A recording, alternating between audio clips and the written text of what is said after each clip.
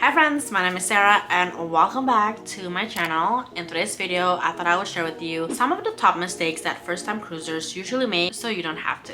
Let's go. The first mistake that first-time cruisers usually make is to not researching the specific ship that they booked. There are so many cruise lines and so many cruise ships out there. You gotta make sure that you are researching and looking at videos or vlogs of the specific cruise ship that you're about to go on. You're still gonna have a fun cruise regardless, but I just don't want you to be disappointed on your first cruise when you hop on that ship and you don't see all of the bells and the whistles that you've been seeing on the internet. I feel like it's best practice to just research the specific cruise ship just so you know what you're gonna be able to see and do on that ship. It's also good to have a travel agent who is familiar with cruising because they can answer some of your questions if you have any. I've been on 7 cruises, so if you have any questions for me, leave them in a comment below and I will try my best to answer them for you. The second mistake that I feel like first-time cruisers usually make is overpacking, and I am super guilty about this. On my very first cruise, I actually packed 2 checked-in luggage, 1 carry-on luggage, and 2 backpacks for me and Ricky. I think I mentioned it was only a 4-night cruise and we only stopped in Cozumel, Mexico, and that's it. And we definitely pack way too much stuff with us. If you need help packing for your first cruise, just think about what you would wear on the weekend when you're just kind of like laying around the house and maybe going out to do a couple errands. You usually don't need multiple outfits a day for the weekend. I'll definitely do kind of like a what to pack on a cruise video maybe in the future, and if you would like for me to do that, let me know by liking this video. But there are plenty of pack with me for a cruise videos out there on YouTube, and just watch a few of them to kind of give you some ideas on what to pack. The third mistake that some of the first-time cruisers usually make is not researching some of the prohibited items that they cannot bring on a cruise ship. Just like there are prohibited items when you're flying on an airplane, there are also similar lists for going on a cruise ship.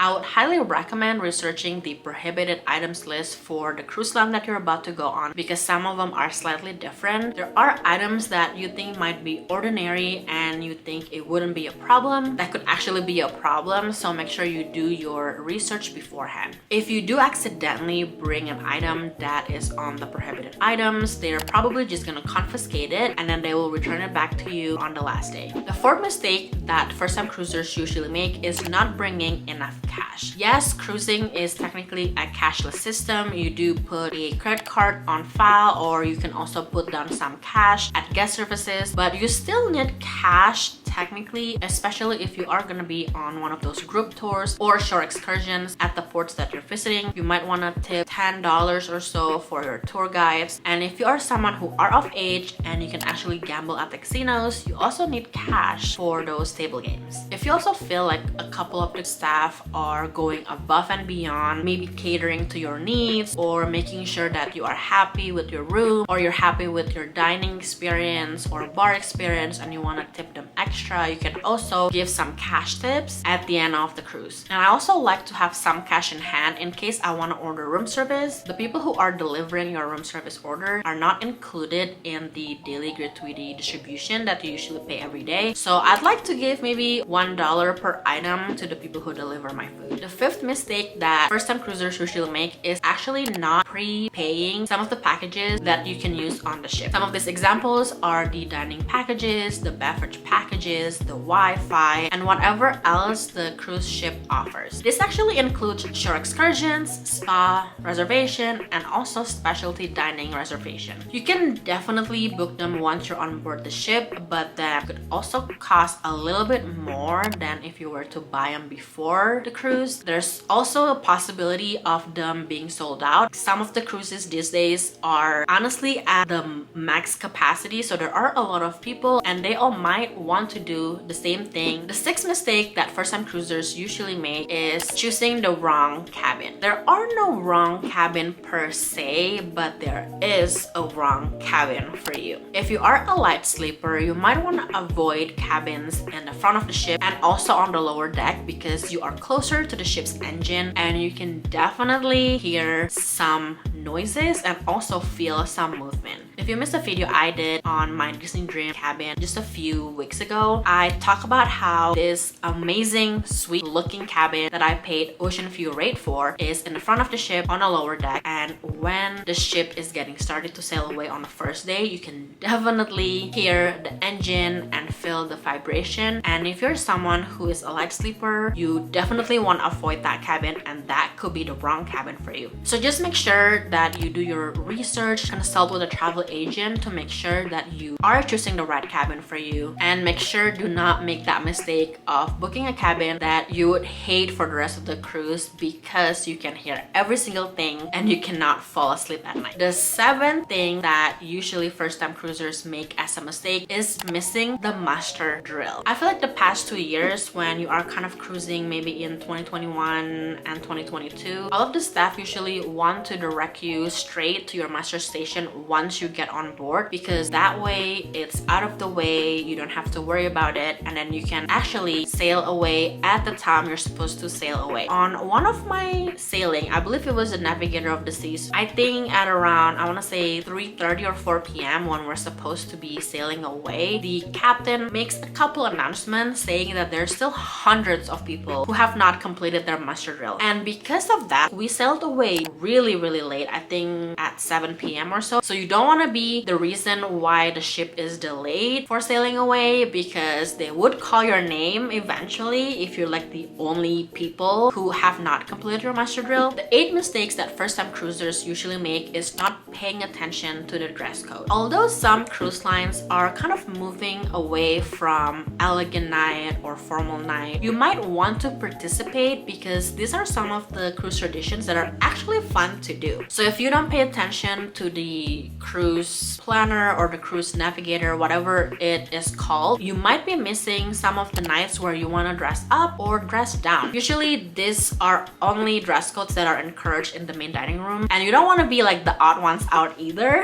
if everybody's participating. So make sure you pay attention to the dress code and don't miss that opportunity for you to dress up and take pictures and take those pictures home as a souvenir for you.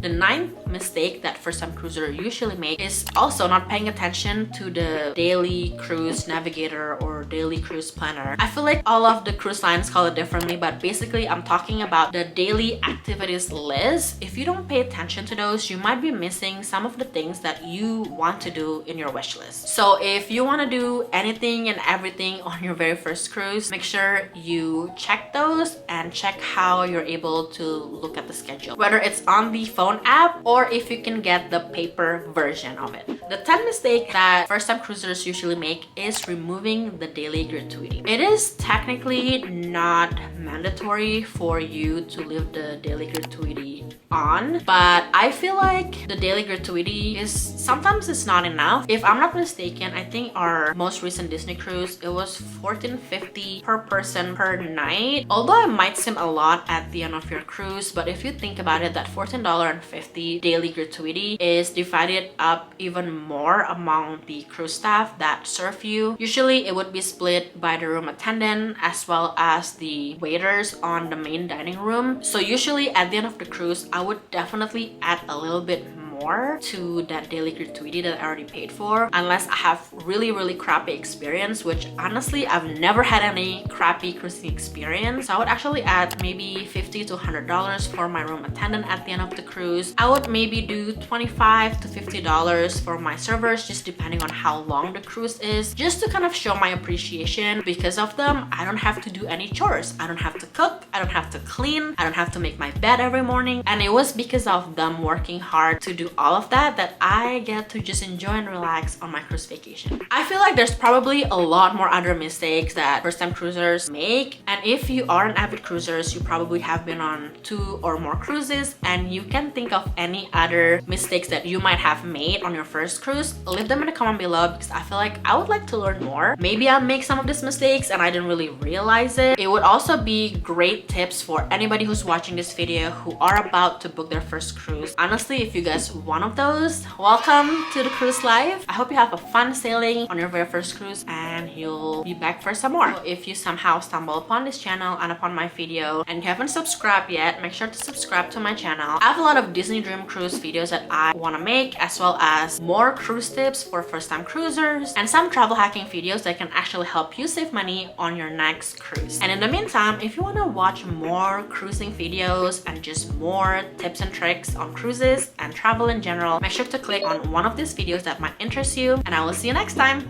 Bye!